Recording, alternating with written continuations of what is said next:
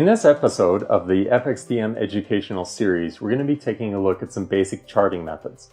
Now, we're just going to be scratching the surface of some effective methods to look for trading opportunities to get you started as you begin to learn more about identifying buying or selling opportunities in the Forex. Now, when we talk about charting, what we're basically saying is that it's a study of price changes over time. And what we're trying to do is we're trying to identify periods where the chart is telling us that investor sentiment is changing or shifting. And this is particularly important when those shifts are in favor of the prevailing trend, so especially as entry opportunities. Now, why don't we start with some short-term techniques? And when we think about short-term techniques, a very common way to approach this is with price patterns that are based on candlesticks or bars. Now, an example of a technique like this would be pipe tops. So a pipe top appears when the market has been trending higher. So we'll look at an example of this here in just a second. It's been trending higher, and then all of a sudden we get a couple of unusual bars or candles. They kind of stand out all by themselves. They're really tall. These could be candles, they could be bars, either way. What we're looking for is something that's all standing out all by itself, and then it's confirmed with a lower close like this. Now, the inverse of this we would look at as a pipe bottom. What we're studying here is we're seeing that initially the market went up, and then right after that it went right back down, and did so with a lot more volatility than what we've seen recently. So this tells us, let's say for example that this were to appear after the market had been in a long-term downtrend, we'd had a brief correction to the upside, then we get this pipe top here that would give us a bearish signal. So that would be in favor of the prevailing trend. Let's look at an example of a pipe top.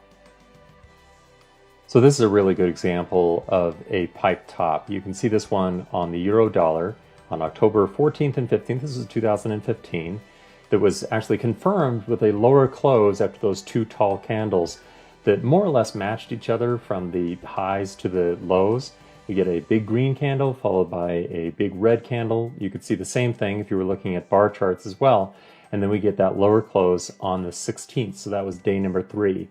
Now this was all happening at a resistance level. And we would define that by this price where the pipe top was appearing being roughly equal to another recent high where the price wasn't able to go beyond that level. So this is a really good example of a confirmed pipe top, where we would expect that following that confirming day, that lower close after those two big candles was likely to initiate another move to the downside in the euro to the US dollar pair. Now, most candlestick patterns or bar chart patterns are assumed to lead to a fairly short-term move in the price. Now, that could turn out to be a very large move, but we'd start with the assumption that it's a fairly short-term move in the price. Now, the longer a price pattern takes to form, however, then we would assume that the subsequent move in the price is also going to be proportionally larger than we would with a candlestick or a bar chart pattern. Now, let me give you an example. A very common technique out there in the market to identify a continuation of the trend are these short-term consolidation patterns that we call pennants and flags. So let's do a bearish example. Let's say that the euro to the US dollar had been falling in value and then begins to consolidate within a narrowing range. So just like this.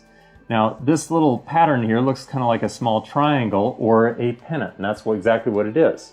Now, what a trader is looking for is they're looking for a breakout below that lower support level that would indicate that the previous trend, was beginning to reassert itself. Now, a variation on this would be a flag. And they're very similar, but the difference being that if the price was going down, so let's do this example again, the price is going down, but it begins to consolidate within a range where both the support and resistance level is climbing, like this. So a little bit counter trend. Now, this is not necessarily a hard and fast rule. The flag can be somewhat parallel support and resistance levels and kind of flat. That's okay too. But this is more or less a classic pattern here where bulls are attempting to take control of the market, but ultimately what we're looking for is a breakout to the downside. So in both cases, if we get a breakdown below support, so here in the case of the pennant or flag, and here in the case of a pennant, what we're looking for is to see that this is going to continue to the downside, so a trader can take a short position. In fact, let's look at an example of this on the euro to the US dollar. Earlier in 2015, in January and February, you can see that the prior trend on the euro dollar was to the downside, and then the pair began to consolidate where we got this bouncing back and forth in the price between a descending resistance level and an ascending support level. So this is a classic example of a pennant formation. What we're looking for is for the price to actually break down below that ascending support level in favor of the prevailing trend, which in this case was bearish, which then it subsequently did, and we got a nice move lower from about 1.13 even to 1.04610. Although most price patterns that we're generally looking for are probably going to perform better when they are indicating an entry or potentially an exit in favor or in compliance with the prevailing trend, there are reversal patterns out there as well. Now, the general rule of thumb that you want to apply with reversal patterns is they need to be very large. Now, here's a couple of examples that are fairly classic, actually. The head and shoulders pattern is probably the most common. The pattern is identified by, in this case, a rising market, and then we get a series of 3 peaks. So just like this. Now what this is indicating, so we got a shoulder on the left, shoulder on the right, and we have a head here in the middle, and when it breaks below the neckline, well, what that's indicating is that the market has run out of steam and that bears are able to take control. Now it's not going to be 100%, but historically speaking, this is a very reliable pattern. And again, the more dramatic, the larger, the better. Now I have an extreme example, but this is pretty classic that we can take a look at on the pound yen. Now, as I said, this is a pretty extreme example, but it's classic. And we do find these from time to time in the Forex.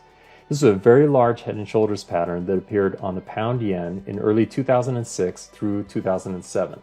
So it really filled those characteristics that we're looking for in a reversal pattern, where we actually are assuming that the prevailing trend is going to end, not that the breakout is going to be in favor of the prevailing trend, but instead that the trend is actually going to reverse. So in this case, we have a classic pattern of a shoulder on the left, a head in the middle, and a shoulder on the right with a clean break of the neckline. In this case, the pattern actually was triggered, or the decline in the pattern was actually triggered when the Bank of England cut interest rates, which is a fundamental factor that we've looked at in another video here in the FXDM educational series. Although it's very dramatic, a head and shoulders pattern is not the only reversal pattern that traders should be paying attention to. So for example, a more common one that will appear from time to time is just a triple top. The only difference being that as the market forms those highs, they are roughly at the same height. So we don't have that prominent peak there in the middle as we do in a head and shoulders pattern. So that's a very common one, a very bearish price pattern. Again, the larger and the longer that's taken to form, generally the more reliable that breakout is to the downside, either as a trigger for longs to control their risk or potentially for shorts to look for a new opportunity to the downside. In fact, many times we'll get reversal patterns that are not 3 tops, but just 2. So we have a high there and we have a high there, roughly at the same height. And then we have a break below the midpoint again. So this would be a double top. In fact, let's take a quick look at a double top so you can see how this plays out in the live market. This double top occurred in May 2014 as the euro to the US dollar was trading around 1.39 even. So the breakout point was at about 1.37, you can see that here, and after the price broke that midpoint, it actually retraced, so it rallied a little bit right back up to the midpoint. Well, when that happens, we call that a retest, and it's a good confirming signal if subsequently the price continues to move to the downside, which in this case it actually did for quite some time. The euro only stopped short of parity by about 4 cents there in March of 2015. Now, just like consolidation patterns like flags or pennants can work for either an upside trade, so a bullish trade, or a bearish trade, just depending on which direction the market was going when it initially formed, reversal patterns are very similar. Now, so far we've done some bearish examples, and bullish examples of reversal patterns are just the mirror image. So, for example, a double top that we just looked at, well, this could easily be a double bottom. So again, we're looking for the mirror image, which means that initially the trend would be negative. Then we form a couple of lows that are roughly at the same price level with a move up beyond that midpoint in the double bottom. So that would have similar implications. In other words, a break beyond that midpoint there would indicate that shorts should be controlling their risk, or potentially longs should be initiating a new position to the upside. Same thing is true with an inverted head and shoulders pattern, where the middle trough in that case would match the middle peak in the case of a regular head and shoulders pattern. So once you learn one form of this pattern, you can apply it for both for bearish as well as for bullish opportunities.